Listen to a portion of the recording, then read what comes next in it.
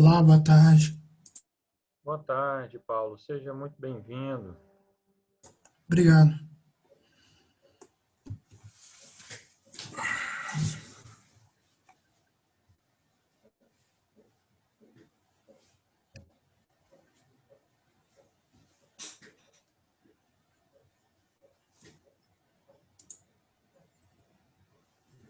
Boa tarde, Hernani. Boa tarde, Rafael. Como é que tá, meu parceiro? Tudo bem, graças a Deus. Seja muito Tudo bem-vindo. bom? Quanto tempo, hein? Você tá bem? Tudo bem, graças a Deus. Que bom. Tudo certo com a Tati aí também? Tudo certo, graças a Deus. Que bom, meu amigo. A gente aqui voltou aos sábados na igreja e hoje já teve um compromisso, mas a gente está com 8 pessoas. Entendo. Boa tarde, Hernani. Boa tarde, Paulo. Tudo bem? Tudo ótimo, graças a Deus. Opa. Boa Fala, tarde. Ricardo, meu parceiro. Ô, amigo Hernani, tudo bem? Você tá bem? Graças a Deus, tudo na paz. Que bom. Bem, prazer revê-lo, viu? Prazer. Estamos aí juntos. Estamos juntos. E o Paulo, quem é? É o nosso professor Paulo? Não, o Paulo é ex-aluno. Hoje, no Ah, sim. seminário. Está sempre conosco aí. Muito bem, legal. Paulo, eu ainda vi primeiro do que você, Ricardo, porque nós estávamos fazendo um curso e aí Paulo estava com a gente aí também esse curso do Apocalipse. Opa, aí sim, hein? Prazer, então. Legal, estamos aí, vamos aguardar. Muito bem. Nós vamos exibir aqui um vídeo. O nosso palestrante já está entrando. Já conversamos então.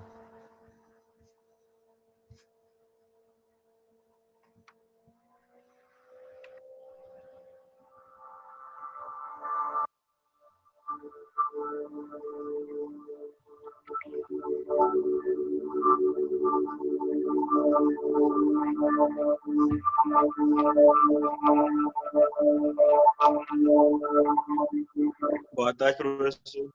Grande Hernani. Ô, Guilherme, como é que você tá? Tô bem, graças a Deus. Você bem? Bem.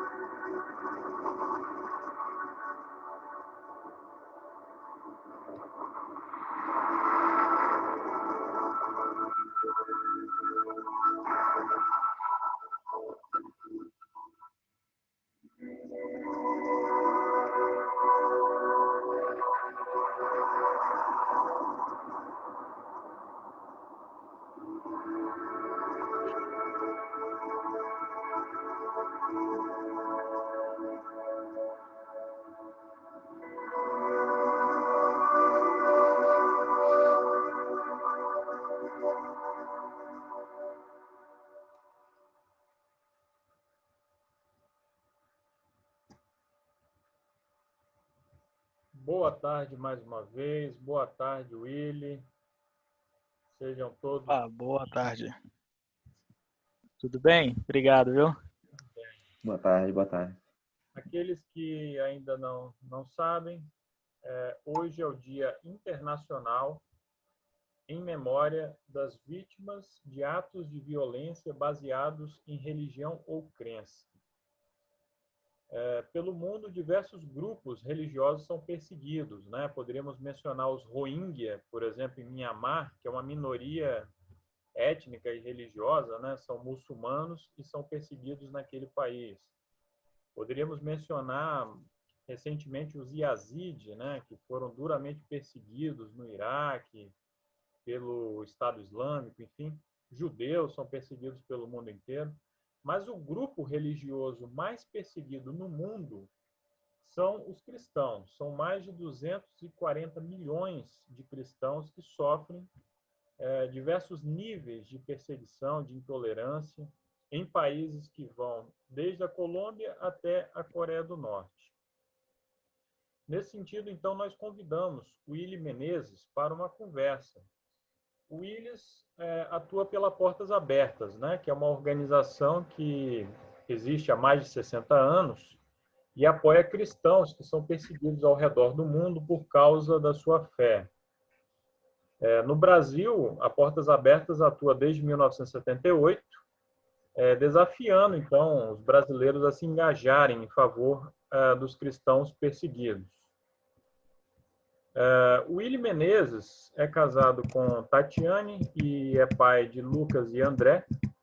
É membro da Igreja Batista Fonte de Sicá, em São Paulo, capital. Ele é graduado em Recursos Humanos pela Universidade Anhanguera, em São Luís, Maranhão, e graduado em Teologia com ênfase em Missiologia pelo Seminário Teológico Betel Brasileiro, também em São Paulo, capital. Serviu no Ministério Gideões Internacionais no Brasil e coordenou projetos de evangelização, plantação e revitalização de igrejas e capacitação e apoio a pastores e líderes. Voluntário da Portas Abertas desde 2013, em 2015 juntou-se à organização e hoje atua como coordenador da área de voluntários no Departamento Aliança e Desenvolvimento. Visita diferentes denominações por todo o Brasil, desafiando cristãos brasileiros a se engajarem na causa da igreja perseguida. E lidera grupos de viajantes para conhecerem a realidade da perseguição. Participou de viagens de campo para vários países e teve muitas experiências com cristãos perseguidos. Então, esse é o nosso convidado dessa tarde. Antes de passarmos a palavra para ele, a quem desde já agradecemos, iremos solicitar ao professor Ricardo, então, que faça uma oração para que sejamos tocados, né, pelas experiências, por todas as informações que receberemos neste encontro de hoje. Então, professor Ricardo, por favor, faça a oração. Oremos, então. Nosso bondoso Deus, querido Pai, muito obrigado, Senhor, por essa oportunidade tão especial de estarmos reunidos neste encontro, para que possamos, Senhor, conversarmos, para que possamos ouvir experiências, para que possamos trazer à memória aquelas pessoas, nossos queridos irmãos que ao redor do mundo estão sendo perseguidos por causa de sua fé. Este é um dia que nós dedicamos para lembrar dessa perseguição que eles estão sofrendo, mas nós estamos aqui porque desejamos nos engajar de forma mais prática, de forma a que possamos também contribuir para que possamos, através das orações, através da intercessão, por esses queridos irmãos, o apoio espiritual. Querido Deus, nós queremos te pedir que nos abençoe para que possamos compreender, para que possamos ser empáticos e, ao ouvirmos também essas experiências compartilhadas pelo nosso querido irmão Willy Menezes, que possamos também ser tocados por ti. Senhor Deus, por favor, nos abençoe nesta tarde. Te peço essas bênçãos em nome de Jesus. Amém. Amém. Bem, antes de passarmos a palavra ao Willy, queremos lembrar que vocês poderão fazer perguntas. Nós só pedimos que as perguntas sejam feitas por escrito pelo nosso chat e depois, então, da exposição do Willy, nós iremos ler essas perguntas e passar para ele. Passaremos também o link do cadastro da Portas Abertas, do qual o Willy irá falar mais adiante. Esse link estará disponível no nosso chat e depois, pelo WhatsApp, os nossos grupos, nós iremos divulgar esse link também. Willy Menezes, muito obrigado, seja bem-vindo, a palavra está contigo. Obrigado a todos aí pelo convite, né, por esse tempo que a gente vai ter para falar sobre a liberdade de expressão, para falar sobre os cristãos especialmente, né, porque, como foi falado, é o grupo mais perseguido do mundo, né, e isso sempre foi assim, né, a gente sabe, desde a fundação da igreja, a perseguição aos cristãos ela tem se estendido, né? Hoje, como foi falado, mais de 260 milhões de cristãos são perseguidos ao redor do mundo. Então, eu quero caminhar aqui compartilhando um pouco sobre essa realidade, né? E o objetivo no final também é que que a memória, né, a essa data seja mais do que uma simples lembrança, né?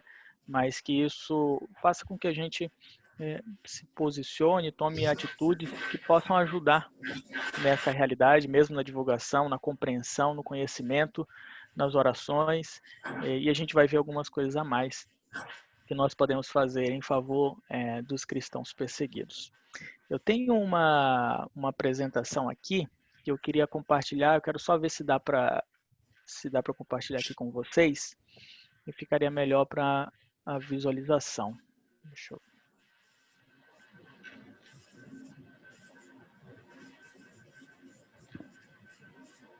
Vocês conseguem ver alguma coisa? Sim, estamos vendo. Beleza.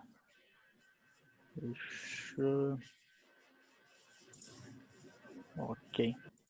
Bom, beleza.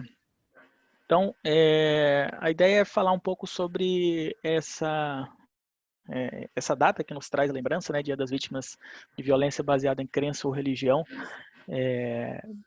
Para a gente deve ser mais do que simplesmente uma data, né, para ser lembrado, mas uma data que a gente possa fazer algo em favor dos cristãos. E aí, quando eu falo cristãos, a gente tem nessa múltipla realidade, a gente não faz a divisão de igreja, a gente não faz divisão de denominação. Quando a gente trata de cristãos perseguidos, a gente está falando do povo que segue a Cristo e que são perseguidos por causa do nome de Jesus, por causa da sua fé, né? Então, foi falado no começo de 260 milhões, mas eu quero também explicar um pouco como é que a gente chega nesse número e lembrar vocês que essa perseguição ela não alcança somente esses 260 milhões. Então, como foi falado aí acho que foi passado um vídeo, né, que fala do artigo da Declaração Universal dos Direitos Humanos, que todo ser humano, todo homem, ele tem o direito, né, de liberdade de pensamento, consciência e religião, e que esse direito inclui a liberdade de mudar também de religião ou crença, e também de manifestar isso publicamente ou no privado. Então a gente vai ver que essa declaração, embora ela seja disseminada, traduzida em várias línguas, né, e subscrita em vários países, ela do começo ao fim, por incrível que pareça, ela não é respeitada em muitos países, né? E eu quero compartilhar algumas dessas realidades com vocês. Então, aqui eu tenho um mapa que traz a relação dos 50 primeiros países, né, onde há algum nível de perseguição. Eu não sei se algum de vocês já conheciam esse mapa, mas a Portas Abertas, todos os anos, a gente publica esse mapa com base nos níveis de perseguição dentro desses países. Então, a gente tem ele no nosso site um pouco mais detalhado, né, falando a classificação de cada país, o tipo de perseguição, né, qual é a origem, se é por conta do hinduísmo, do islamismo, a paranoia ditatorial. Então, no site da Portas Abertas você vai encontrar todos os detalhes. Então, tem muito conteúdo para você se aprofundar. Mas, no geral, esse mapa mostra aí a realidade dos 50 primeiros países. E esse número de 260 milhões de cristãos que a gente cita, ele está relacionado a estes 50 países. Mas se você reparar bem, por exemplo, a parte aqui do México, Cuba, né, alguns países da África que não estão marcados nesse mapa, são países onde os direitos humanos são violados, onde não há liberdade religiosa por completo, né? Embora, por exemplo, Cuba não apareça mais aqui, mas ainda assim existem sérias restrições, né, com relação à liberdade ali. Então, esse mapa ele mostra os 50 primeiros países. Ele foi criado na Portas Abertas há alguns anos atrás, com o objetivo de priorizar o nosso trabalho. Porque você imagina, começar a trabalhar com a igreja perseguida, tem cristãos perseguidos espalhados pelo mundo inteiro. Então, como priorizar esse trabalho? Né? Onde investir primeiro? Como tratar os projetos de maneira adequada? Então, essa lista ela foi criada exatamente para isso. E hoje ela é usada no mundo inteiro, não somente por cristãos, mas também pela imprensa, pela mídia de maneira geral, para relatar esses 50 países onde há perseguição. E quando a gente fala de perseguição religiosa, algumas pessoas falam, né, aqui no Brasil, né, tem alguns casos, minha tia, eu já ouvi, não sei o quê. Muitos países a gente ouve casos, aqui no Brasil mesmo. Provavelmente você deve já ter ouvido alguma história de alguém que se converteu, que passou a frequentar alguma igreja, ou alguma religião, e o seu familiar, o seu amigo não gostou, e atritos familiares, algum tipo de problema nesse sentido. Mas a perseguição retratada aqui nesses 50 são perseguições de uma grande escala. Né? A gente não está falando de um caso isolado ou de uma pessoa, né, que foi expulsa pela sua família. Pode ter acontecido aqui no Brasil. E a gente sabe de casos que já aconteceram. A família não quis mais, cortou todos os relacionamentos. Eu conheço gente próxima, né, que sofreu isso aqui no Brasil. E, obviamente, a gente não despreza, né? Claro, é uma hostilidade, isso sempre vai ser uma hostilidade, mas quando a gente trata desses países, a gente está tratando de escalas maiores, né, e de proporções quase que nacionais. Né? Então, todos esses países têm níveis de perseguição altíssimos, né? Perseguição extrema, severa e alta. Só que a perseguição ela não se restringe a estes 50 países que você pode ver no mapa. A perseguição hoje ela alcança cerca de 80 países no mundo. Existe um outro mapa que a gente não dá tanta ênfase para ele, mas que a gente também tem acompanhado esses outros países, que são países que estão além daquela numeração, além dos 50. Né? Então aqui você pode olhar alguns outros países que também estão pintados, né, de amarelo, onde há perseguição alta. Então aqui você vai ver Cuba, Nicarágua, você vai ver o México, você vai ver outros países da América Latina, a África vai aumentar a numeração dos países, a Ásia também. Então, a perseguição ela não se concentra somente nesses, mas estes são aqueles que têm os níveis mais altos de perseguição. E sobre esse mapa, a perseguição ela não é estática, né? Todos os anos você vai ver ataques, bombardeio, níveis aumentando. Então, alguns países que não estavam nesse mapa, eles passaram a integrar. Camarões, por exemplo, é um dos países que no ano passado ele não integrava essa lista. Burkina Faso também é um país que não integrava essa lista, mas começaram a haver vários ataques, né, contra a igreja, contra cristãos, e eles entraram, e outros países passaram para essa lista de observação. O trabalho da Portas Abertas tem sido se dedicar a essas pessoas, a esses irmãos que enfrentam algum tipo de perseguição. Quando a gente leu ali a Declaração Universal dos Direitos Humanos, né, a gente fala sobre a liberdade de pensamento, a liberdade de mudar, né, de religião, e essa mudança de religião, principalmente em países de maioria muçulmana, é o maior problema. Quando a gente olha esse mapa aqui da lista mundial de perseguição, Dos 50 países, 41 deles são países onde o islamismo predomina, onde a perseguição, a fonte da perseguição ali é o islamismo, né? Como foi falado no começo, existe muçulmano que sofre perseguição, existe, né? Existe na Índia, por exemplo, existe na China, existe em alguns outros países, mas o cristianismo, né, de maneira geral, ela é a religião mais perseguida no mundo inteiro. E dentre todos esses países, o islamismo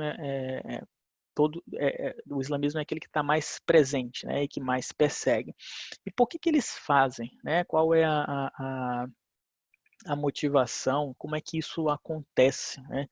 A gente tem várias instâncias aí quando a gente pensa em perseguição, mas eu quero relatar algumas situações e dar alguns exemplos para vocês, para que a gente tenha uma noção ainda mais clara com relação a como acontece isso. Vocês estão olhando aí uma foto, essa é a imagem de uma igreja, na Nigéria. E aí, se vocês percebem bem, ela está aí com os muros, né, mal acabados. Na verdade, ela foi atingida, né, por um grupo Boko Haram, que é esse grupo aqui. Ela foi atacada, obviamente antes desse momento aí pelo Boko Haram, mas ainda assim depois desse ataque, aqueles irmãos eles continuaram se reunindo aí. Vocês estão vendo o Boko Haram, o Al-Shabaab, o grupo Cêlica, são grupos islâmicos, são grupos radicais que, como eu falei no começo, são a principal fonte de perseguição contra os cristãos, né? Então, toda essa violência, né, e rejeição que acontece, a maior parte acontece por parte desses radicais.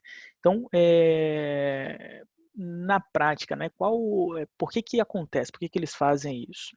Sem entrar em questões bíblicas, porque quando a gente olha para a Bíblia, a gente vê o seguinte: os cristãos seguem a Cristo, obviamente. E Cristo é a principal razão, né, é o principal motivo deles serem perseguidos, né? Só que quando a gente olha para um contexto imediato, a gente vê o seguinte: esses grupos islâmicos tentando dominar regiões e tentando obrigar, né, todas as pessoas a seguirem a sua linha de pensamento. Por incrível que pareça, dentro do próprio islamismo há divisões e há perseguição. Não sei se vocês já ouviram falar de muçulmanos que perseguem muçulmanos, né? Isso acontece também, embora não seja, obviamente, maioria. Porque dentro do islamismo existem as divisões, né?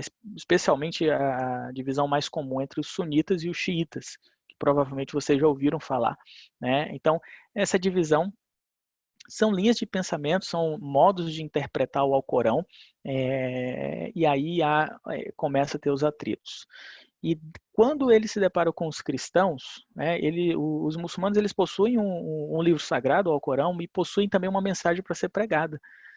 E ao pregar essa mensagem, aquela parte que a gente chama dos radicais, eles não somente pregam essa mensagem que eles acreditam ser verdadeira, eles também forçam as pessoas a aderir à sua mensagem, a crer na sua mensagem, e forçar com armas, com ameaças e com torturas e com morte, como é o que acontece na maioria desses países. Então, eles têm uma mensagem a ser pregada e quando a pessoa ela não adere à mesma crença, à mesma mensagem, acontece todo tipo de tortura, de morte, de privações. Vocês devem lembrar o que aconteceu no dia 14 de abril de 2014. 276 meninas, elas foram sequestradas no Chibok, no norte da Nigéria, pelo Boko Haram. 276 meninas. Elas estavam na sua faculdade, na sua escola, e simplesmente aquele ambiente foi invadido pelo Boko Haram, e eles levaram todas aquelas garotas. E eles levaram aquelas garotas porque elas eram cristãs, por causa da fé daquelas garotas. Toda a violência que elas começaram a sofrer a partir do momento daquele sequestro foi exclusivamente por causa da sua crença, por causa da sua fé. De 2014 para cá foram já 6 anos. 6 anos se passaram. Algumas garotas, graças a Deus, já foram resgatadas, né? Puderam voltar para suas famílias, foram entregues de volta à sua família, mas ainda outras garotas foram encontradas fugindo daqueles homens grávidas, sabe? Imagina o tamanho da violência, do abuso que essas crianças sofreram durante aquele tempo. Outras foram encontradas com um bebê de colo, fugindo do cativeiro do Boko Haram, mas com um bebê de colo. Hoje ainda 112 garotas que não regressaram para os seus lares, 112 garotas que a gente não tem ideia, não sabe o que aconteceu. E isso tudo por causa da sua fé, por causa da sua crença, por causa daquilo que é invisível, daquilo que está dentro dessas meninas.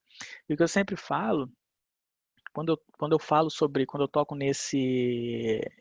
quando eu falo dessas garotas, é que elas não precisam viver tudo isso sozinhas, né? Nós estamos aqui não somente para lembrar de um dia, mas também para apoiar essas pessoas que têm sido vítimas, né, dessa violência e dessa atrocidade. Então, essas garotas continuam ali na Nigéria, a gente não sabe, a gente não tem notícia da maior parte delas, mas a Portas Abertas, que é essa organização onde eu trabalho, tem feito certos trabalhos com aqueles pais, né? Então,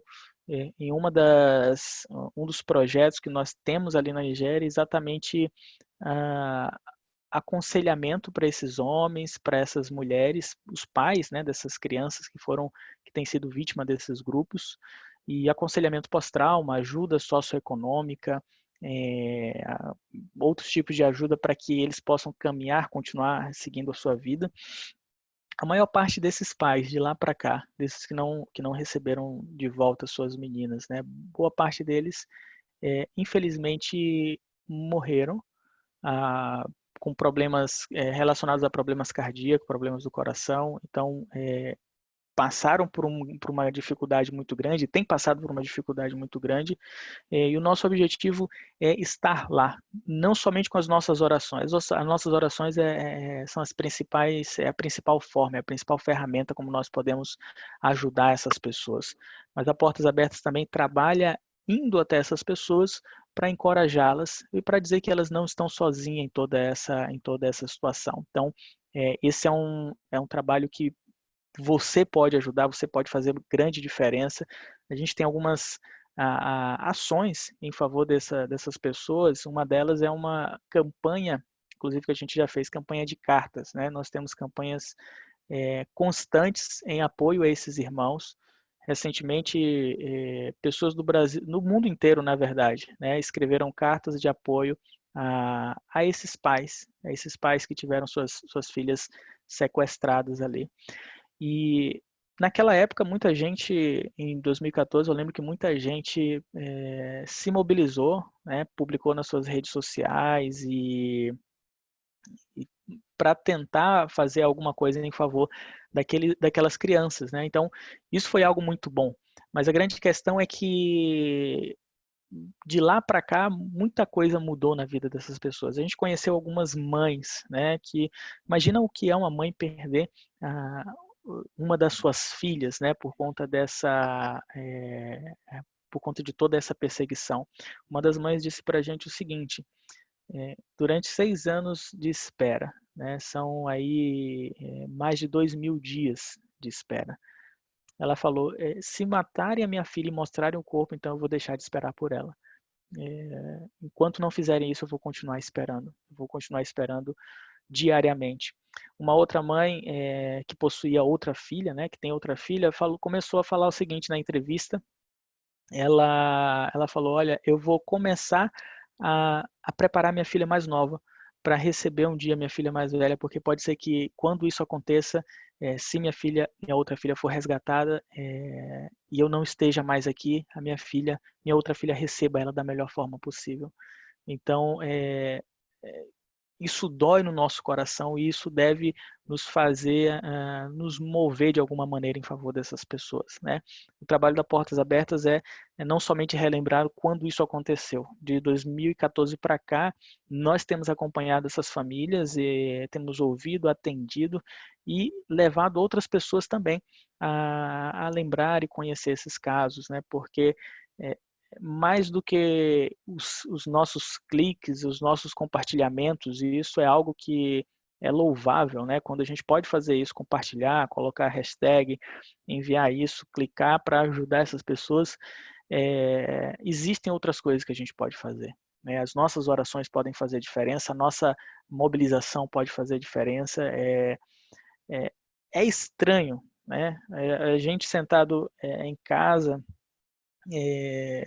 a gente pode acessar as redes sociais e ajudar outras pessoas, mas por meio dos nossos cliques, falando especificamente, mas dobrar os nossos joelhos, sabe, escrever uma carta para uma pessoa dessa, para uma dessas famílias, pode fazer uma diferença ainda maior. Então, essas pessoas precisam da gente, têm sido vítimas desse abuso e dessa perseguição por causa da sua fé.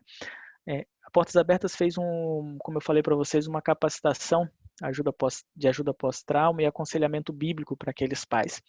E um dos pais falou o seguinte, no final de tudo, ele disse: olha, nós só podemos permanecer firmes por causa das suas orações, por causa do apoio de vocês, porque nós sabemos que nós não estamos sozinhos. Então, isso mostra mais uma vez o quanto nós podemos fazer diferença na vida dessas pessoas. Eu quero compartilhar um exemplo prático de como de como o cristão não tem o direito sequer de abrir a boca para falar da sua fé, para declarar a sua fé. Em alguns países, e esse caso aconteceu na Nigéria, essa mulher que você vê na foto, na parte da frente, é a irmã Ana. Nós tivemos a oportunidade de conhecê-la, e uma das coisas que, resumidamente, aqui eu vou tentar falar um pouco da história dela, do testemunho dela. O Boko Haram, como vocês sabem, eles dominam várias comunidades, né? E a perseguição vai de frente aos cristãos. Certo dia, ela na sua casa, seu marido saiu para trabalhar, como era de costume, ela recebeu o telefonema do seu marido que soube que o Boko Haram estava invadindo as comunidades em direção à comunidade dela. Ela fugiu, encontrou com seu marido, fugiu para o outro lado. O Boko Haram vinha de um lado, ela fugiu com seu marido para o outro. E aí o que acontece? Chegando mais longe, ela encontra vários homens do exército fardados e armados. Então ela fica tranquila, porque se o Boko Haram vinha de um lado, eles estavam do outro lado, o exército, para protegê-la. Chegando mais perto daqueles homens, eles mandam descer do carro, né? E o marido olha para o coturno, para a bota daqueles homens e percebe que não é a bota do exército, não é o coturno do exército, era exatamente o Boko Haram que estava ali do outro lado. E agora o que faz? Né? Diante do Boko Haram, que estava exatamente perseguindo as comunidades ali, e aí quando eles entram, eles destroem, abusam e acabam de fato com aquelas pessoas.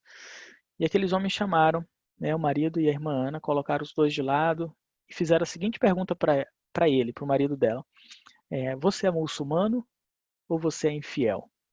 Fizeram exatamente essa pergunta. E ele respondeu: não sou muçulmano e não sou infiel. Eu sou cristão. Essa foi a resposta daquele homem. E naquele exato momento ele foi morto do lado da sua esposa, do lado da irmã Ana.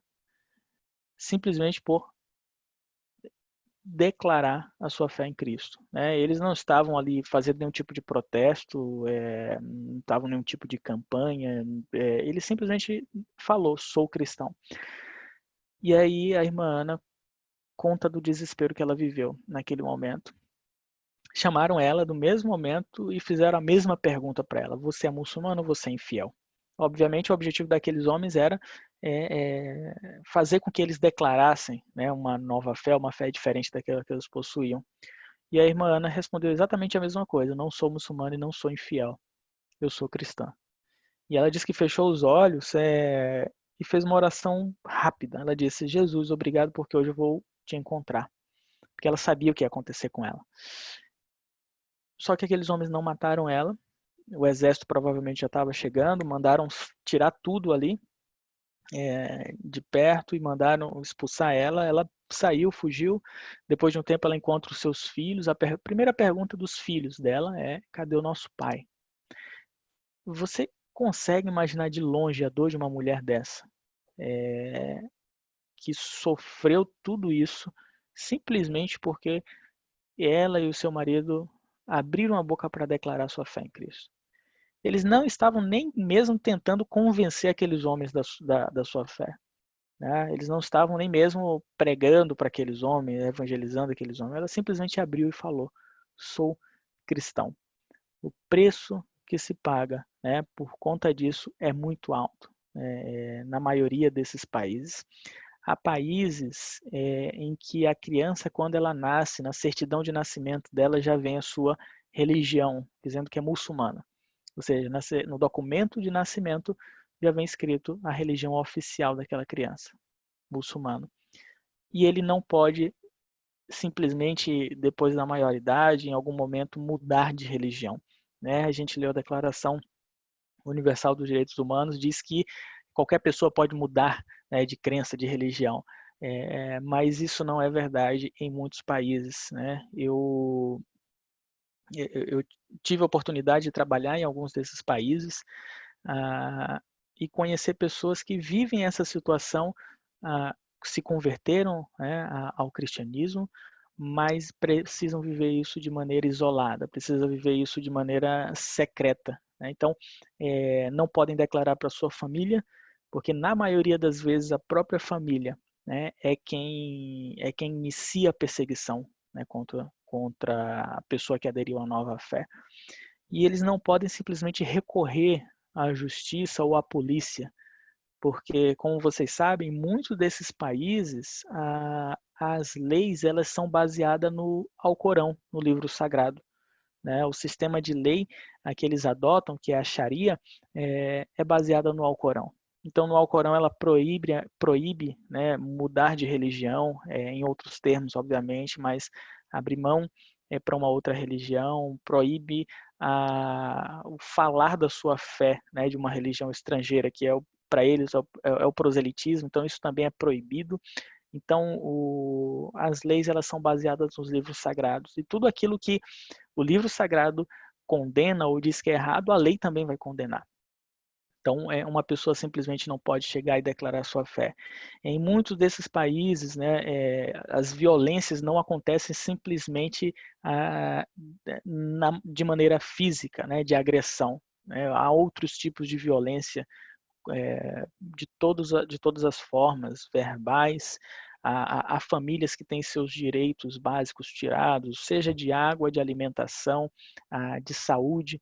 Na Índia, exatamente agora, nesse momento de pandemia, a Índia já enfrenta um grande desafio econômico e social, mas nesse período os cristãos eles não possuem a quem recorrer no momento de necessidade de alimento, e os hindus, neste caso aí já não são os muçulmanos, mas os hindus, nesse sentido, em troca de ajuda, né, em troca de dar alimento, de ajudar, de poder prestar algum tipo de apoio, eles, eles forçam os cristãos a renunciarem à sua fé.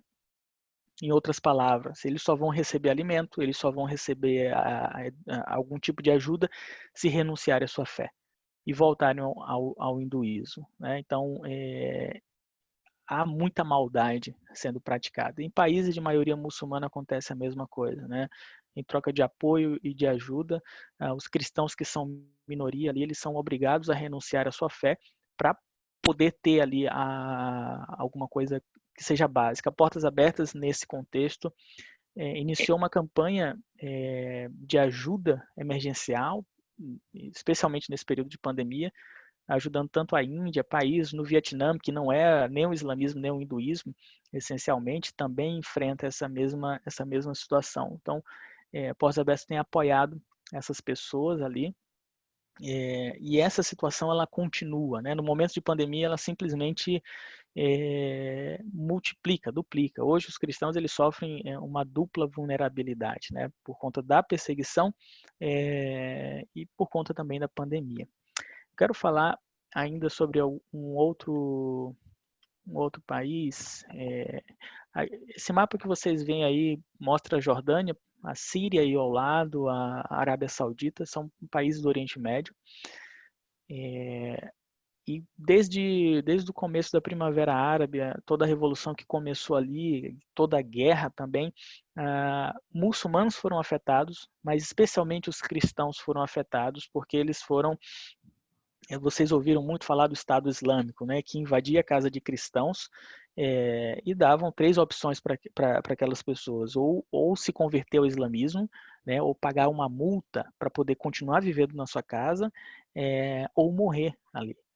Então, muitas pessoas preferiram fugir, né, diante dessas ameaças do Estado Islâmico na época e saíram da Síria, especialmente da Síria e do Iraque, e começaram a viver em campos de refugiados. Ali na fronteira, exatamente nesse ponto aqui, entre a Síria e a Jordânia, onde vocês podem ver, existe esse campo de refugiado, que é o Al-Zatari.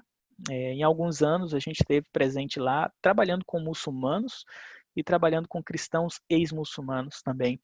E essas pessoas vivem literalmente em tendas como essa. Você já deve ter visto em algum lugar algum tipo de imagem semelhante. Essas tendas são tendas fornecidas pela ONU para tentar abrigar essas pessoas de alguma maneira. E aí a população começou a crescer de uma maneira exorbitante. Essa próxima foto aqui, eu acho que vocês conseguem ver também. Cada pontinho desse daqui são tendas daquela da ONU, como vocês viram na imagem anterior. Então essa aqui é uma imagem aérea desse campo de refugiados que ainda existe. Eu estive em 2014 lá. Na época tinha cerca de 80 mil pessoas vivendo ali. E esse número ultrapassou, obviamente. E essas pessoas, obviamente, não tiveram opção. Não estão vivendo ali porque escolheram viver ali. Estão vivendo ali porque era a única alternativa de sair com vida.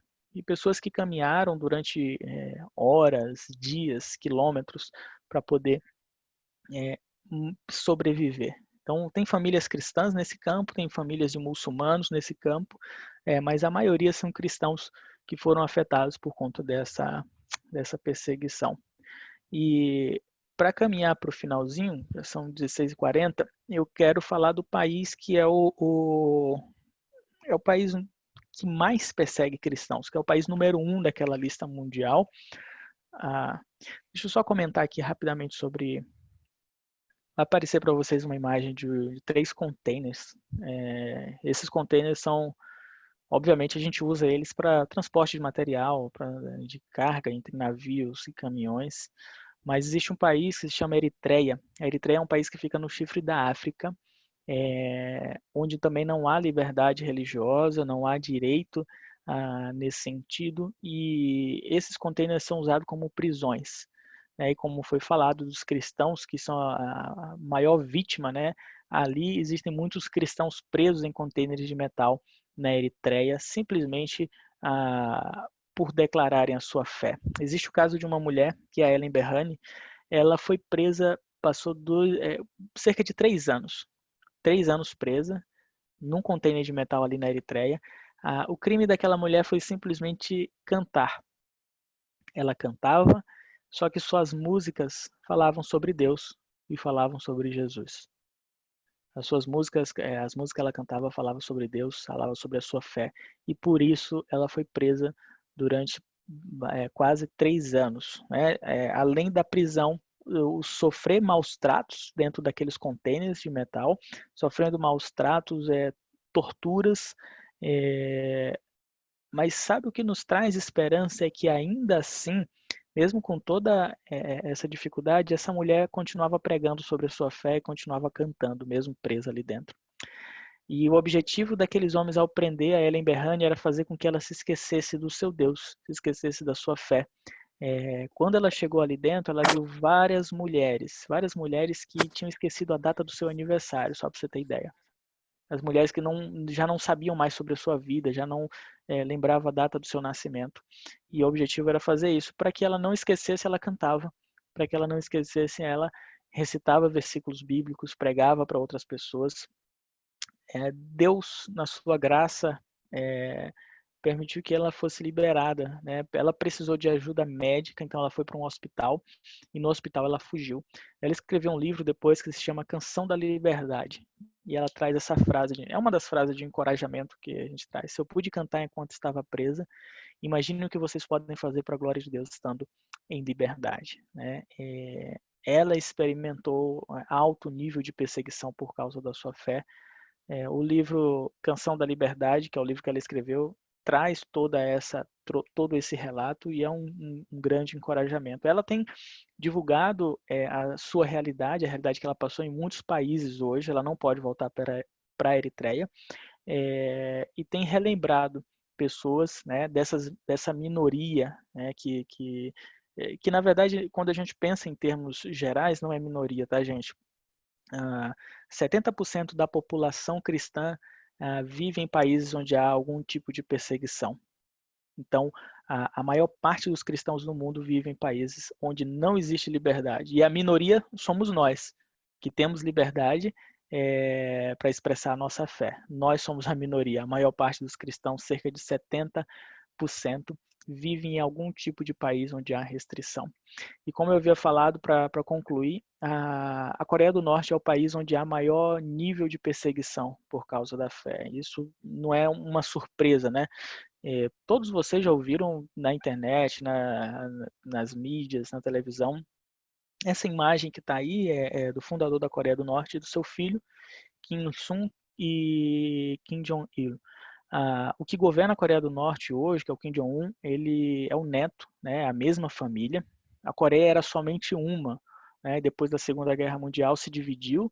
Coreia do Norte, com apoio da Rússia, né, e de outros países comunistas, ela criou um sistema de governo próprio, uma ideologia que se chama ideologia Juche, e nessa ideologia eles são considerados soberanos. Nenhuma pessoa tem direito nem mesmo de pensamento, né? E quanto mais de crença. Você não pode crer em ninguém que esteja acima desses homens, segundo a Coreia do Norte. Então, para que eles consigam moldar todo o pensamento do cidadão coreano desde a infância, na escola. Quando eu digo que não há liberdade nem mesmo de pensamento, é porque já na escola as crianças elas são ensinadas, são doutrinadas, né, a amarem esses homens, a amarem a ideologia, a amarem o Estado primeiro do que a sua própria família. Então elas crescem nesse tipo de doutrina. E os pais muitas vezes têm medo de falar da sua fé, quando são cristãos, falar da sua fé para os seus próprios filhos, porque seus filhos são ensinados a denunciar os seus pais. A Coreia do Norte hoje, ela tem, só para você ter ideia, mais de 50 mil cristãos presos em campos de trabalho forçados. Mais de 50 mil cristãos presos em campos de trabalho forçados na Coreia do Norte. Você pode procurar depois, você vai encontrar um monte de informação. E a Coreia ela não nega isso, né? Só que eles dizem o seguinte, são campos de reeducação. Que quem está preso cometeu algum tipo de crime, ou creu, né, ou crê em um Deus que eles dizem que não deveriam crer, porque esses homens, para eles, são considerados soberanos, então eles precisam ser reeducados. As crianças vão dizer isso na Coreia do Norte. Então, a violência, né, é constante, né, a falta do direito de pensamento, de liberdade.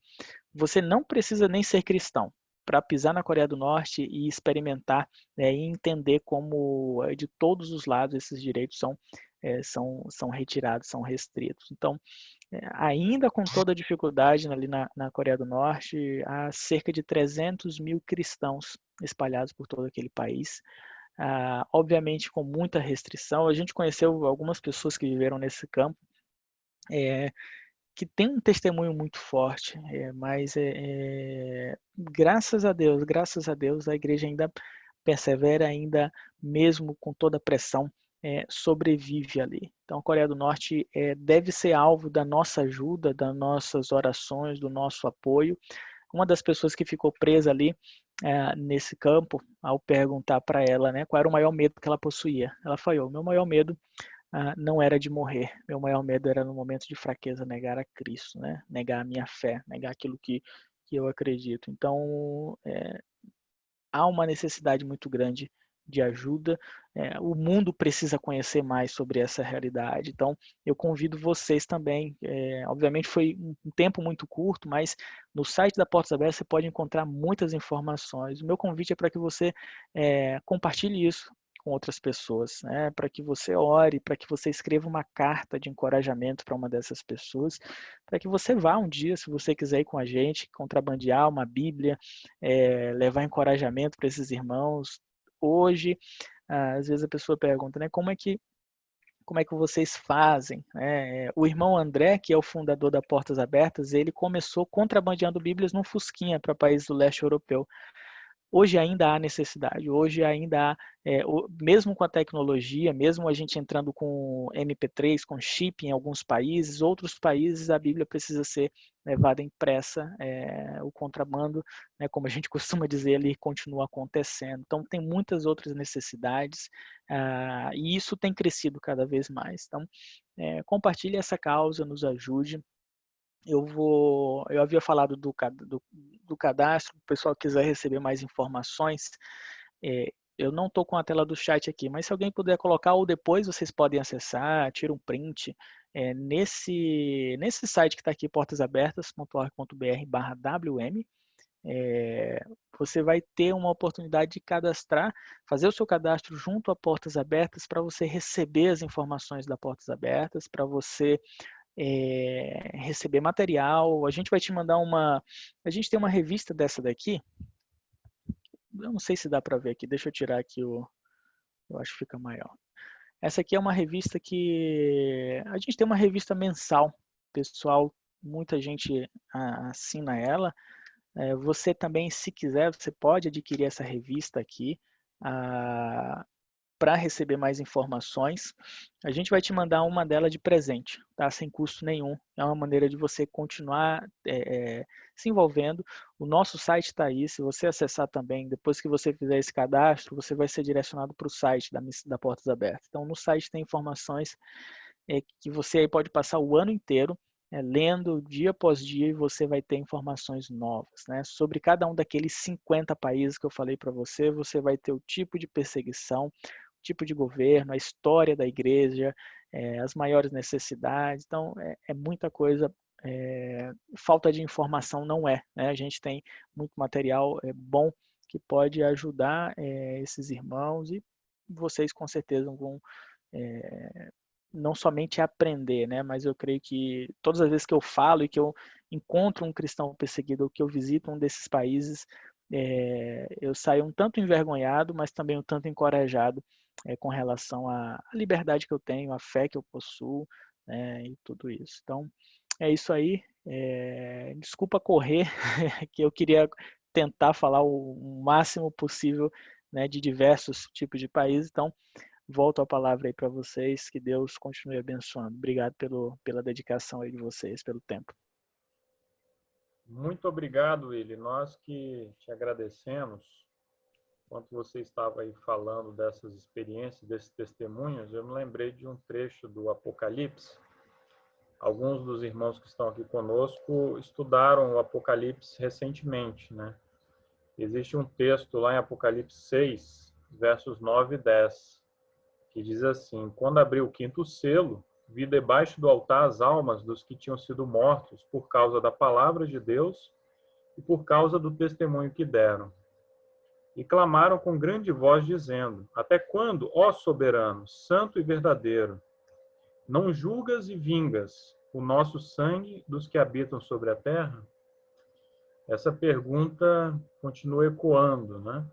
E ela vai continuar ecoando até a volta do nosso Senhor Jesus. Nós sabemos que a perseguição não irá cessar, e como aquela cristã lá presa, né, na Coreia do Norte, a nossa preocupação não deve ser tanto com a perseguição, porque ela é inevitável para todos aqueles que buscam uma vida piedosa, uma vida íntegra. Eles sofrerão perseguição. A nossa preocupação deve ser realmente se iremos permanecer firmes ou se iremos negar a Cristo, né? E ao longo aí de alguns anos apoiando esse ministério da Portas Abertas, eu posso dar esse testemunho aqui do quanto a minha fé tem sido fortalecida. em vários sentidos. No canal do YouTube da Portas Abertas, recentemente foi exibida lá uma série chamada Faces da Perseguição. Se você não tiver tempo para assistir a série inteira, veja o episódio de ontem, quando o Marco Cruz, que é o diretor da Portas Abertas, ele fez uma síntese, né, da série inteira. Ele fez um comentário, né, de cada um dos testemunhos ali. E um testemunho de modo particular que me impactou foi daquele pastor da Indonésia. Ele foi atacado ferozmente, né, por extremistas islâmicos, perdeu quase todo o sangue do corpo dele, ele foi atacado com golpes de facão, né, ficou com cicatrizes profundas no rosto, né. E quando ele estava hospitalizado, se recuperando, então ele recebeu uma visita das autoridades ali, policiais, querendo saber se ele queria registrar queixa. Ele preferiu perdoar, ele perdoou simplesmente todos aqueles que o atacaram daquela forma, né? Então, aquilo ali para mim foi muito significativo, né? O perdão, né? Uma lição de perdão assim, sem palavras, né? Não tem como descrever. Mas, enfim, ainda não surgiu nenhuma pergunta aqui no chat. Enquanto isso, eu fiquei curioso, na sua apresentação, tem uma parte lá que apareceu lá uns desenhos. Não sei se tem alguma experiência, algum testemunho sobre aquilo ali. Eu fiquei curioso, se você puder colocar. Deixa eu... Aqui, eu acho que vai aparecer aí para você. Isso. Esse aqui, então. Quando a gente esteve na Jordânia, a gente ficou em diversas regiões, né? Tanto na fronteira com a Síria, mas a gente ficou em Amman também, na capital. Em Amman a gente cuidou de uma família de iraquianos, né? E nessa família tinha uma criança ali, acho que devia ter uns 8 anos, algo assim, não muito mais que isso. E ela estava ferida, a mãe também, a gente ajudou, tinha uma enfermeira da nossa equipe, né? E eu com outras pessoas ajudava sob a orientação dela e tal. E passamos todos os dias, a gente ia lá em algum horário, a gente visitou várias famílias, tanto de cristãos quanto de muçulmanos. E aí no final do período que a gente passou naquela região, ele deu, como gratidão, né? Ele fez alguns desenhos, esse é um dos desenhos, ele entregou alguns brinquedinhos, algumas coisas. E esse é o desenho dele, meio que dando um presente pra gente, né? Demonstrando a gratidão. E aí o que a gente percebeu, e qualquer pessoa pode tirar essa conclusão, né? A realidade que ele tinha vivido até ali, na sua vida, era uma realidade de guerra, sabe? No Iraque. A única coisa que ele conhecia, né, era realidade de perigo, né? E aí o desenho mostra duas pessoas, cada uma com uma arma ali, mas isso me chocou bastante. Eu tenho esse desenho aqui em casa, guardado, coloco na apresentação, mas a preocupação que a gente precisa ter, né? Algumas pessoas, alguns especialistas já falaram, já tocaram tarde dizendo que é uma geração perdida, né? Porque viveu aí durante tantos anos em guerra, só conheceu a guerra, né? Mas nós que temos esperança, que cremos, né, na esperança maior, acreditamos que isso pode mudar, que essas pessoas podem ter uma vida diferente. Então, o desenho é o retrato, né, em outras palavras, da realidade daquela criança e de tantas outras crianças ali do Oriente Médio.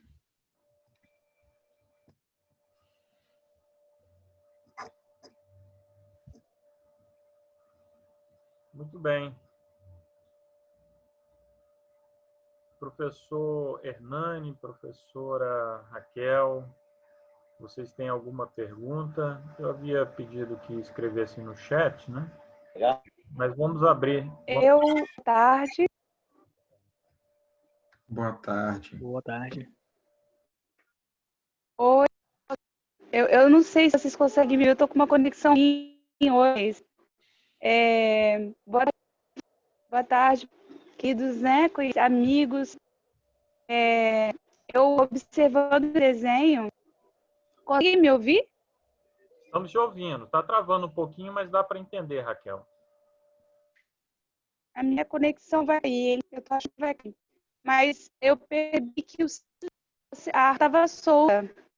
Talvez ele começou a ver uma realidade diferente a partir da entrada, são portas abertas, né? Eu penso nisso. O primeiro soldado é a realidade da arma na mão, e o segundo desenho, a arma já não existe mais. Existe, mas ela está nas mãos. Ou existe uma realidade.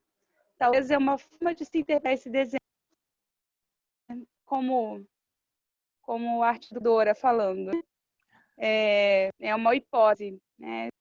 O Amém. ideal E seria assim a gente perguntar para espera. criança, mas com certeza é um presente, porque eu não a mão do segundo soldado ou da segunda pessoa.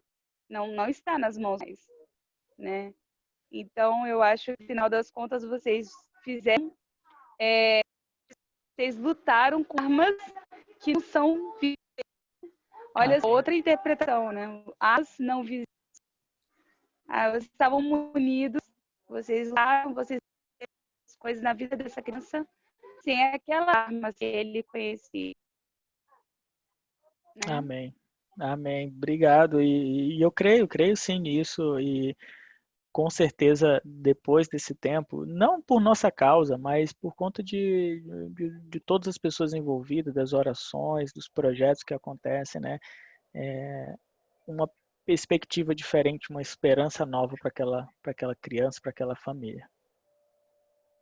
Willy, eu gostaria de comentar também, no início, quando você foi contando daquelas crianças que foram sequestradas, então eu fico imaginando, né, após elas sofrerem torturas, sofrerem abusos sexuais, mesmo depois de libertos, pode passar pela mente da criança assim, né? Qual está sendo a vantagem de adorar um Deus assim, né? E se esse Deus existe, por que isso está acontecendo comigo?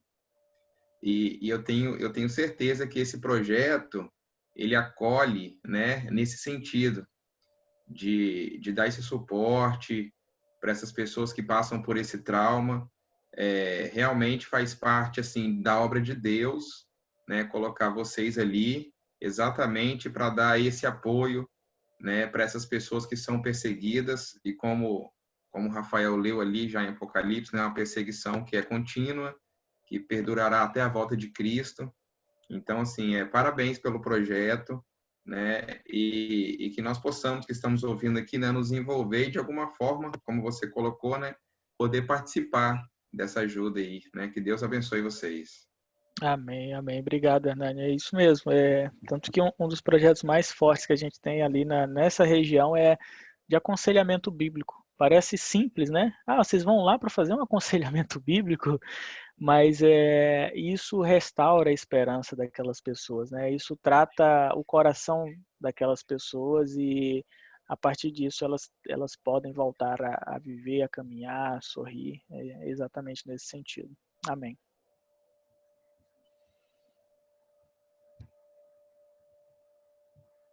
Professor Ricardo, alguma pergunta?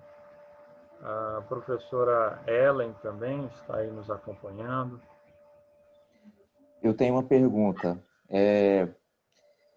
Na sua percepção, como assim reagem esses grupos extremistas quando missionários, pessoas que vão até esses países, adentram, né, esses países onde existem essas perseguições, especialmente aos grupos cristãos?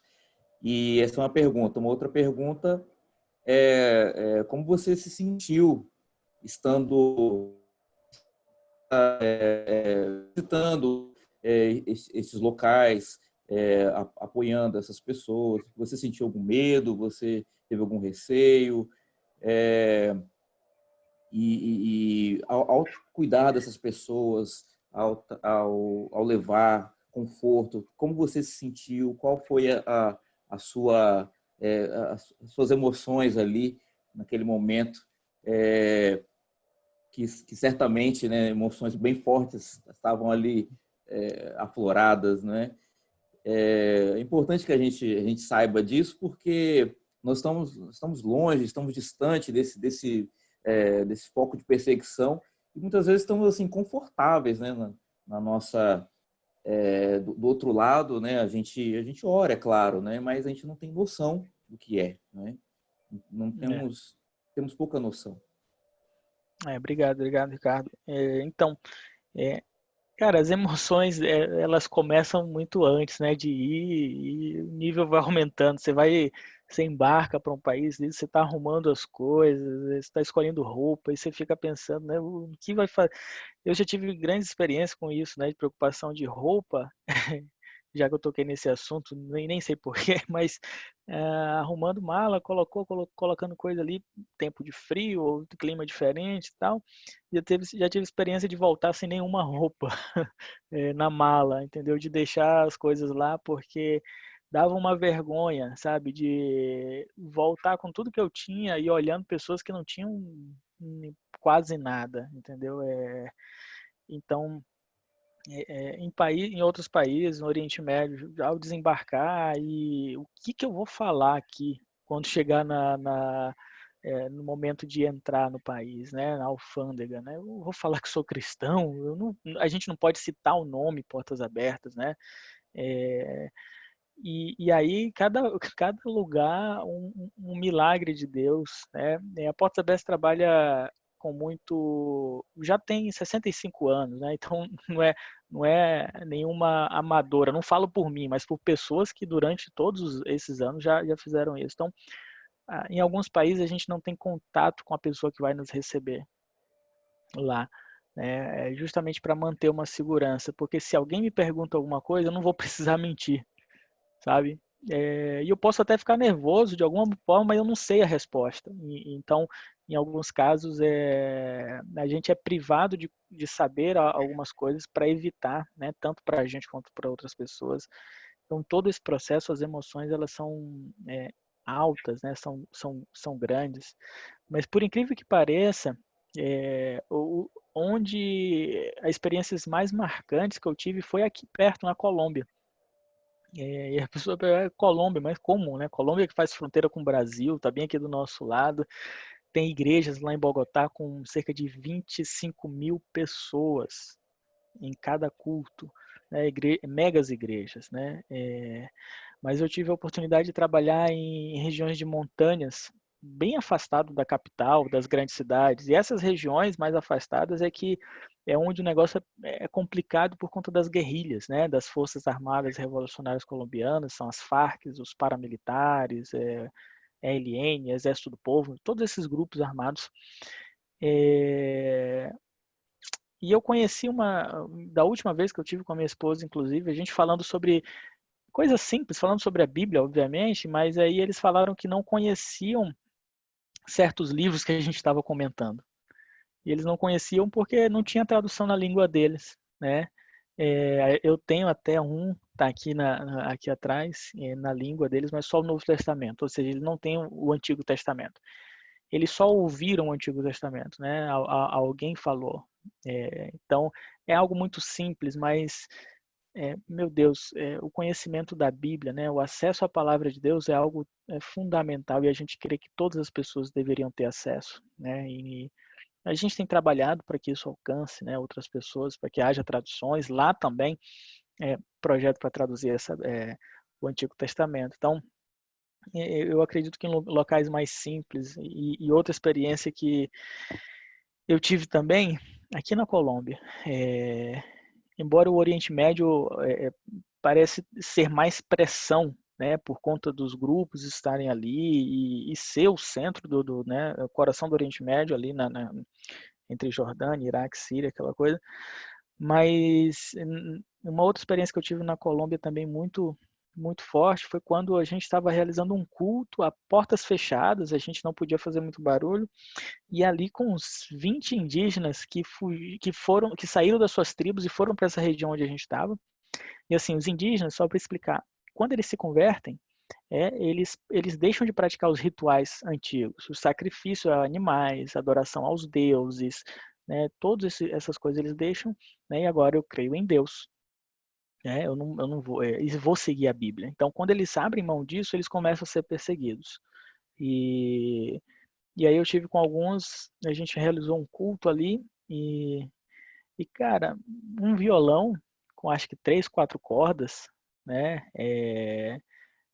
Pouco afinada, né? E só que eu naquele momento ali a adoração daqueles homens, daquelas mulheres, de uma maneira muito simples, aquilo tocou muito meu coração, né? E aí, às vezes eu lembrava das igrejas que eu visito, da minha igreja mesmo, a preocupação tamanha, né, com o som, com a afinação, o microfone de quem está mais alto, quem está menor, aquela coisa toda, e ver tamanha simplicidade, né, numa situação tão extrema. Então isso toca muito o nosso coração. E respondendo a sua primeira pergunta sobre como é que esses radicais, né, como é que eles veem isso, né? O maior alvo deles são os naturais, são as pessoas que nascem nos países, né? Não os missionários que saem dos seus países. Embora os missionários também sejam alvos. A Portas Abertas, ela trabalha, né, ela não envia missionário, né? Nós vamos e atuamos com cristãos que estão lá. Se é missionário, se é natural do país, isso não faz diferença. Mas os principais alvos são os cristãos mesmo, locais, e a gente já teve muita experiência de radicais, nesse sentido, surpresos, porque mesmo diante da ameaça de morte, não negar a Cristo. E você já deve ter ouvido o caso de os cristãos coptas, né, do Egito, que foram literalmente decapitados, né, e não negaram. Casos como aquele acontecem em outros locais que não vão à mídia, né? Então, isso acaba sendo um choque. E a gente já teve caso de extremista se render a Cristo, se converter diante desses fatos. Então, tem muita história e muitos contextos aí que a igreja perseguida vive. Willy, no contexto da perseguição, é muito comum que as diferenças denominacionais elas se dirimam ou até mesmo se dissipem, né? Porque todos ali estão unidos, né?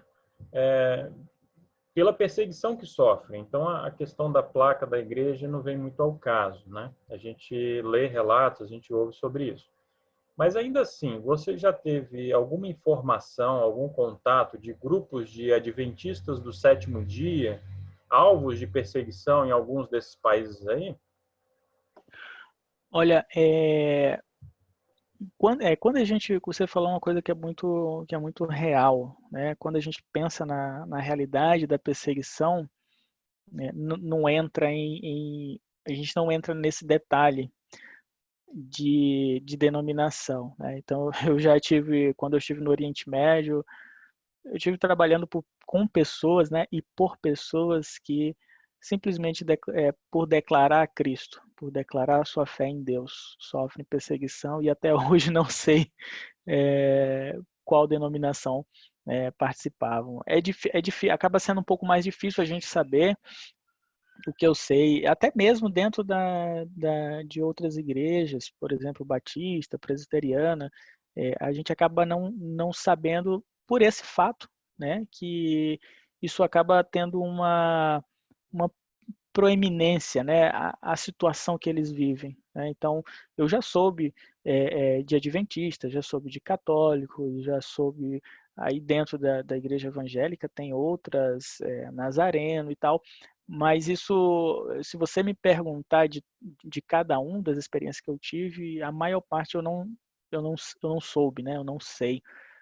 Então, isso é um bom sinal. Eu acredito que isso seja um bom sinal, né? Aquilo que nos une, né? Que é Cristo, é a razão, né? Dessa dificuldade e é Ele que vai continuar fortalecendo. Então, eu considero isso algo bom, né? Como você falou, né? Para a gente aqui há muitas divisões e há coisas secundárias, né, a serem discutidas, mas quando a sua vida está em risco e a vida da sua família, as outras coisas elas são ainda mais, né, terciárias aí, não são nem secundárias.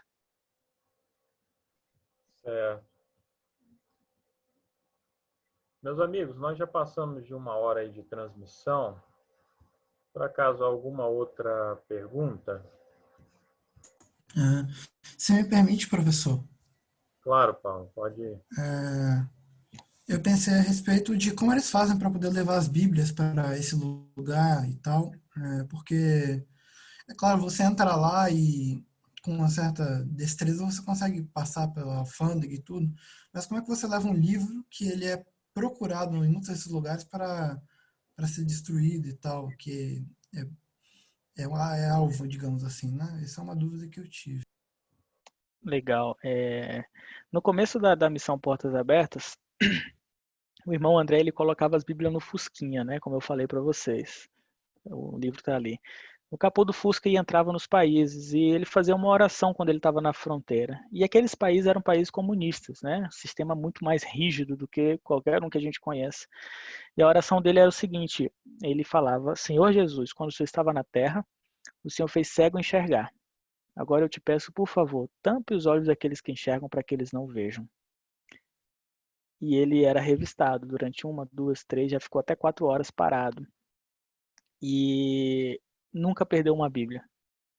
Então, assim, hoje, obviamente, a gente tem tecnologia, a gente tem várias outras formas, mas o principal meio continua sendo o poder de Deus, o milagre de Deus, sabe? Em 1981, a Portas Abertas entrou com 1 milhão de Bíblias na China comunista. Em 81, o sistema era muito mais rigoroso do que é hoje na China. Como entrar com 1 milhão de Bíblias em um país? 1 milhão de Bíblias não dá para botar num carro, né? Não dá para botar debaixo do braço. Num porto isolado da China, numa única noite, navios encostaram ali e as Bíblias foram descarregadas e entregues naquele país. Então, os milagres eles continuam acontecendo até hoje. Existem muitos tipos. Para você ter ideia, até texto bíblico em caixa de cigarro já foi enviado, sabe? Dentro onde havia nicotina, essas coisas, né? Tirava e colocava os textos bíblicos ali, colocava dentro da caixa de cigarro e entrava no país. Bíblias são enterradas, Bíblias são levadas em várias formas, então cada país é uma necessidade diferente. Já teve, por exemplo, casos que a Bíblia não entrou, mas que foi desmontada uma impressora grande, antiga. Imagina aí 10 pessoas, cada um com uma parte da impressora, entraram no país em tempos diferentes, chegaram lá, se reuniram e montaram a impressora e lá imprimiram Bíblia, né? Então, são várias formas, são vários desafios, aí depende muito de cada país. Mas olha, rapidinho, tem país que literalmente se põe Bíblia dentro da mala e entra com ela. E aí tem que depender muito da graça de Deus. Obviamente existem formas de, por exemplo, horários adequados para se chegar no aeroporto, como chegar, tarará, tarará. Mas isso acontece também, nunca sem o milagre de Deus. Exatamente. Willy, esse vídeo que está sendo gravado, ele pode vir a público? Porque, inclusive, Pode sim. estamos falando de alguns detalhes aí, né? Eu não sei se vão ajudar depois os perseguidores. Pode. Não, pode sim. O, o, o irmão André, a gente nunca fala algo que não pode ser falado, né? Todas as nossas comunicações elas têm níveis de segurança. Mas uma coisa interessante é que o irmão André, quando ele escreveu o livro Contrabandista de Deus, ele falava literalmente como ele entrava, né? E o livro foi publicado antes da queda do Muro de Berlim e foi parar na mão de autoridades da antiga União Soviética, né? E aí depois de um encontro, muito tempo depois, com algum daqueles líderes, eles liam o Contrabandista de Deus na KGB, né, que era a polícia secreta da União Soviética. E o irmão André perguntava, mas como é que vocês nunca, sabendo, né, do que eu fazia, como que não era impedido? E aí aquele senhor falou, eu também não faço ideia. Obviamente é um milagre do Senhor. Mas claro que a gente não vai colocar em risco, né? Todas essas situações, a gente ou não compartilha o nome do país, ou o nome das pessoas a gente nunca compartilha, E então tudo que a gente comunica são informações que estão no nosso site. Nosso site tem muito mais coisa, então há um enorme cuidado. Mas só para você ter ideia, a maior parte das informações que a gente tem, a gente não publica, né? Dentro do nosso nível de contato, nível 0, 1, 2 e 3, somente a nível 3 a gente publica. Então, há muito mais coisas do que a gente pode ver aí. Então, pode ficar tranquilo com relação a isso. Certamente lá na eternidade nós teremos muitas outras histórias para ouvir de vocês, né? E a gente também para ouvir de tantos irmãos nossos que só para você ter ideia, viu, Rafael, tem a Portas Abertas, tem em alguns países a gente mesmo não pode saber de algumas operações e às vezes dentro do próprio país, tá? Uma equipe trabalhando numa região e outra próxima, às vezes a comunicação não pode se cruzar exatamente por essa questão de segurança deles mesmos, né? Então eu também tenho muita curiosidade ainda. Pois é. Sabe que foi um prazer ter passado esse tempo aí contigo, ouvindo esses relatos. Você é a primeira pessoa da Portas Abertas com a qual eu tenho assim, um contato direto, né? Mas eu, Legal. de qualquer modo, eu já me sinto parte dessa família, né? Todos os anos eu recebo Aí, ó. um cartãozinho aqui no meu aniversário. E isso nos Que aproxima legal. mais. Uma coisa que parece simples, né? Mas todos os anos eu sou lembrado pela Portas Abertas, eu recebo um cartãozinho aí no meu aniversário. Então eu tenho muito mais a agradecer a vocês do que vocês têm a me agradecer, porque eu não faço nada mais do que a minha obrigação, né?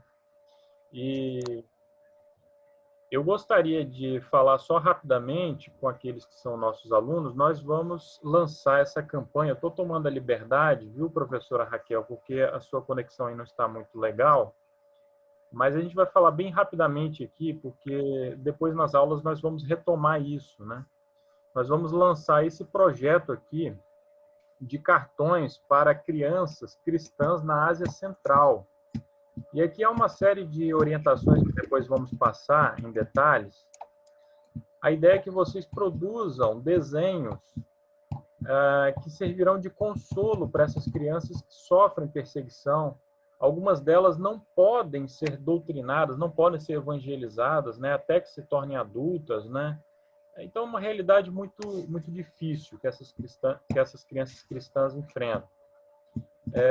E nós resolvemos criar, inclusive, um e-mail, eu vou compartilhar aí no chat. Vocês, nesse momento de pandemia, né, que as aulas presenciais ainda não retornaram, vocês vão fotografar os desenhos e vão enviar os desenhos para o e-mail. E depois nós vamos imprimir e enviar para Portas Abertas, né? Mas as orientações, além de pedirmos que vocês leiam lá no site, né, da Portas Abertas, nós também iremos reforçar nas aulas, né? Está aí já o e-mail que nós criamos, né? Projeto upomone@gmail.com, certo? E desde já, muito obrigado aí pela atenção de todos, né? Pelo apoio que vocês desde já estão dando a essa causa, né? Que Deus seja louvado por tudo. Pode falar, professora. Professor, eu me prontifico a fazer uma reunião no Zoom e dar algumas dicas práticas para serem feitas no cartão também, né? Dicas. Então, assim, aqueles que tiverem interesse, lógico que a gente vai mobilizar mais alunos, mas os que estão aqui que não são meus alunos, eu quero fazer um encontro com eles num dia que seja tranquilo, né? Para a gente poder, para mostrar possibilidades de fazer esse cartão ser um cartão que chegue mesmo, né? Em primeiro lugar, é a base de oração, mas plasticamente falando, né, esteticamente falando, como é que a gente pode estar fazendo, montando esses cartões. E aí eu quero dar uma oficina, tá bom? Perfeito, professora. Muito obrigado. Bem, nós vamos encerrando, né? 1h23 aí de duração aí do nosso encontro. Vou pedir ao professor Hernani, então, que dirija a Deus uma oração para encerrarmos, então, essa reunião. Ok. Ô, Rafa, mais uma vez eu gostaria de agradecer aí, né, pela apresentação do projeto e agradecer duplamente também porque eu estou vendo aqui alguns ex-alunos e aí eu pude matar a saudade aqui, né, de vocês. Foi um prazer revê-los todos, colegas de trabalho. Então foi uma alegria imensa. Vamos orar então. Querido Deus, o bondoso Pai que estás nos céus, muito obrigado porque assim como o Senhor prometeu, o Senhor estaria conosco todos os dias até o fim dos tempos. Muito obrigado porque, apesar das perseguições, o Senhor tem mantido entidades para que possam trabalhar e mostrar, representar o seu amor por essas pessoas. Nós entregamos de forma especial em tuas mãos o projeto Portas Abertas, que o Senhor continue usando esse projeto, assim como o Senhor tem usado para abençoar pessoas que passam por duras provas e que esse projeto possa cada dia mais crescer para que o teu evangelho possa a cada dia alcançar mais corações. Nos abençoe, fique conosco, eu te pedimos em nome de Jesus. Amém. Amém. Amém. Muito obrigado, ele. Desde já fica o convite para o ano que vem, o Dia Internacional em Memória das Vítimas de Atos de Violência baseados em religião ou crença do ano que vem. Amém. Obrigado, Rafael, pelo convite. Obrigado a todos vocês aí, né, por permanecerem e que Deus abençoe grandemente e que vocês caminhem aí com a gente apoiando os cristãos perseguidos. Amém. Amém. Amém. Grande abraço a todos aí. Prazer revê-los. Um abraço, pessoal. Deus abençoe a todos. Igualmente. Gente, um beijo. Fique com Deus. Tchau.